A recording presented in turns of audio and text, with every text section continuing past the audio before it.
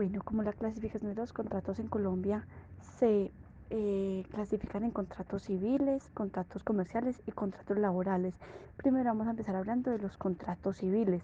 En los contratos civiles tenemos unilaterales, bilaterales, gratuito, contrato honoroso, entre otros contratos. En este momento, el contrato unilateral es aquel contrato en el que la obligación recae únicamente sobre una de las partes contratantes. Es decir, hay una que queda obligada sin contraprestación a su favor y otra que tiene el derecho de exigencia. Un ejemplo es el contrato de donación. También encontramos el contrato bilateral. Es aquel que ambas partes se obligan en forma mutua, es decir, ambas son acreedoras y deudoras recíprocamente. Es el caso del contrato de una compraventa. También encontramos los contratos innominados e innominados. Quiere decir que los contratos nominados son todos los que aparecen en el Código Civil, con su correspondiente nombre que los denomina. Existen varios tipos de contrato de este tipo, como pueden ser de compraventa, de donación, de arrendamiento o de depósito. Y los innominados son los que no figuran en ninguna ley, ni en el contrato de sustantivo del trabajo, en ninguna ley pues que le corresponda. Pero sí tienen que ser llevados a la notaría para que lo firmen legalmente y que cumpla todas las cápsulas como cualquier contrato.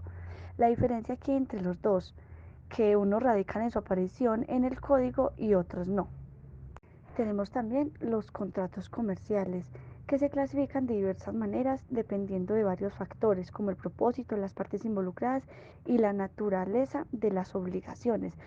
Se clasifican en contratos de compra-venta, de arrendamiento, de distribución, de exigencia, de franquicia, de suministro, entre muchos otros. También es importante tener en cuenta la legislación colombiana puede regular específicamente en algunos de estos contratos, lo, por, lo porque es esencial consultar en un abogado o asesor legal que garantice que dicho contrato cumpla con las leyes y regulaciones vigentes en Colombia. También encontramos la importancia en los contratos laborales.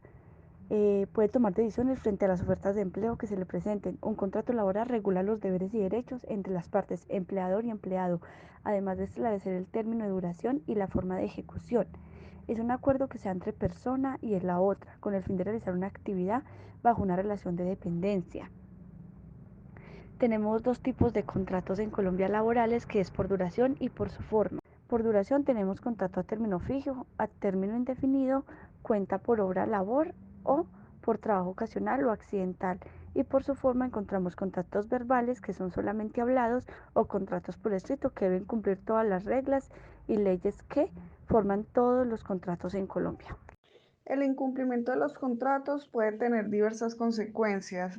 Una de ellas son los daños y perjuicios.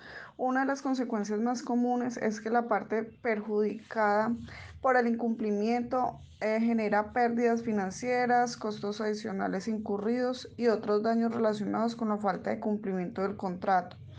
Cumplimiento forzado. En algunos casos la parte perjudicada puede buscar una orden judicial. Suele ser una opción disponible en contratos que involucran unas prestaciones de servicios específicos o entrega de bien común. Por intereses, en algunos casos la parte perjudicada puede tener derecho a reclamar intereses sobre las sumas adeudadas debido al incumplimiento. Las cláusulas penales. Algunos contratos incluyen cláusulas penales que establecen sanciones específicas como el incumplimiento. Estas cláusulas pueden prever pagos adicionales, penalizaciones específicas que la parte incumplidora debe pagar al perjudicante. Arbitraje o mediación. En lugar de recurrir a los tribunales, la parte perjudicada puede iniciar el proceso de resolución de disputas según lo establecido en el contrato. Acciones legales. La parte perjudicada puede presentar una demanda en un tribunal para buscar reparación por el incumplimiento. Es importante tener en cuenta que las consecuencias específicas del incumplimiento pueden variar según la ley aplicable y las circunstancias particulares de cada caso. Por lo tanto, es aconsejable buscar asesoría legal para comprender completamente las opciones y consecuencias en el contexto específico.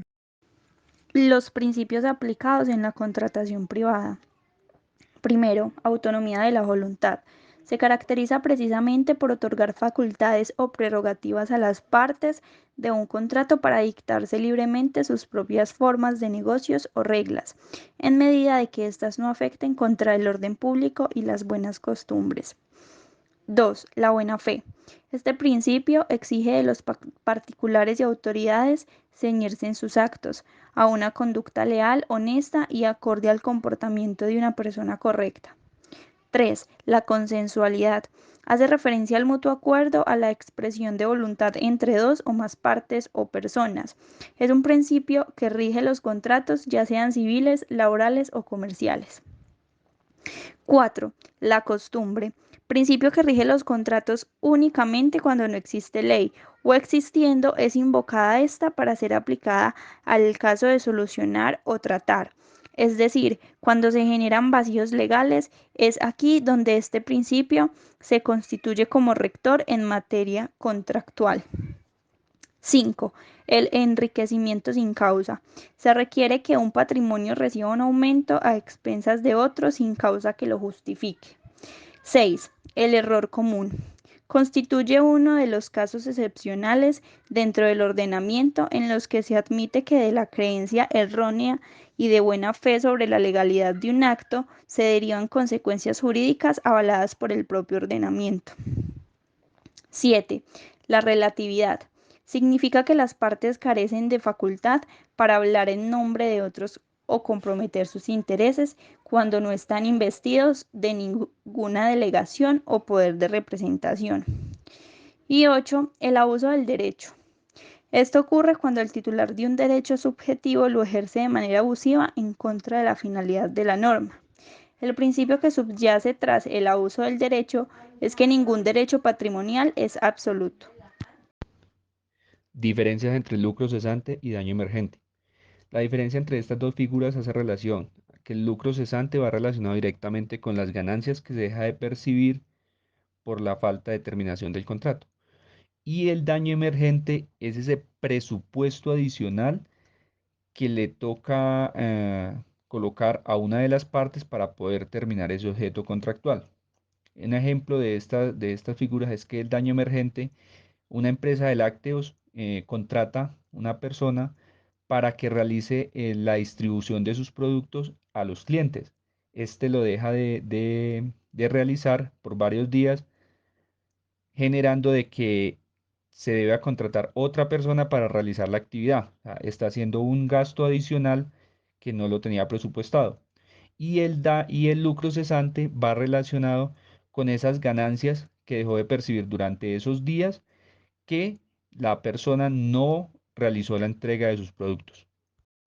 La responsabilidad civil contractual y la responsabilidad civil extracontractual son dos conceptos legales que se utilizan en el ámbito del derecho civil para describir diferentes tipos de obligaciones legales y responsabilidades que pueden surgir en diferentes situaciones. En la responsabilidad civil puede haber una responsabilidad contractual y extracontractual que tienen origen distinto, pero que las dos conllevan a indemnizar a la parte afectada. En la responsabilidad civil contractual, si una de las partes no cumple con sus obligaciones contractuales, puede ser considerada responsable de incumplimiento de contrato y estar sujeta a reclamaciones legales por la otra parte. En la responsabilidad civil extracontractual, un ejemplo de esta son los accidentes de tránsito, ya que en estos se generan muchísimos daños, no solo en vehículos, sino también a las personas. Y es obligación del responsable reconocer los perjuicios que cause independientemente de la responsabilidad penal que ello genere.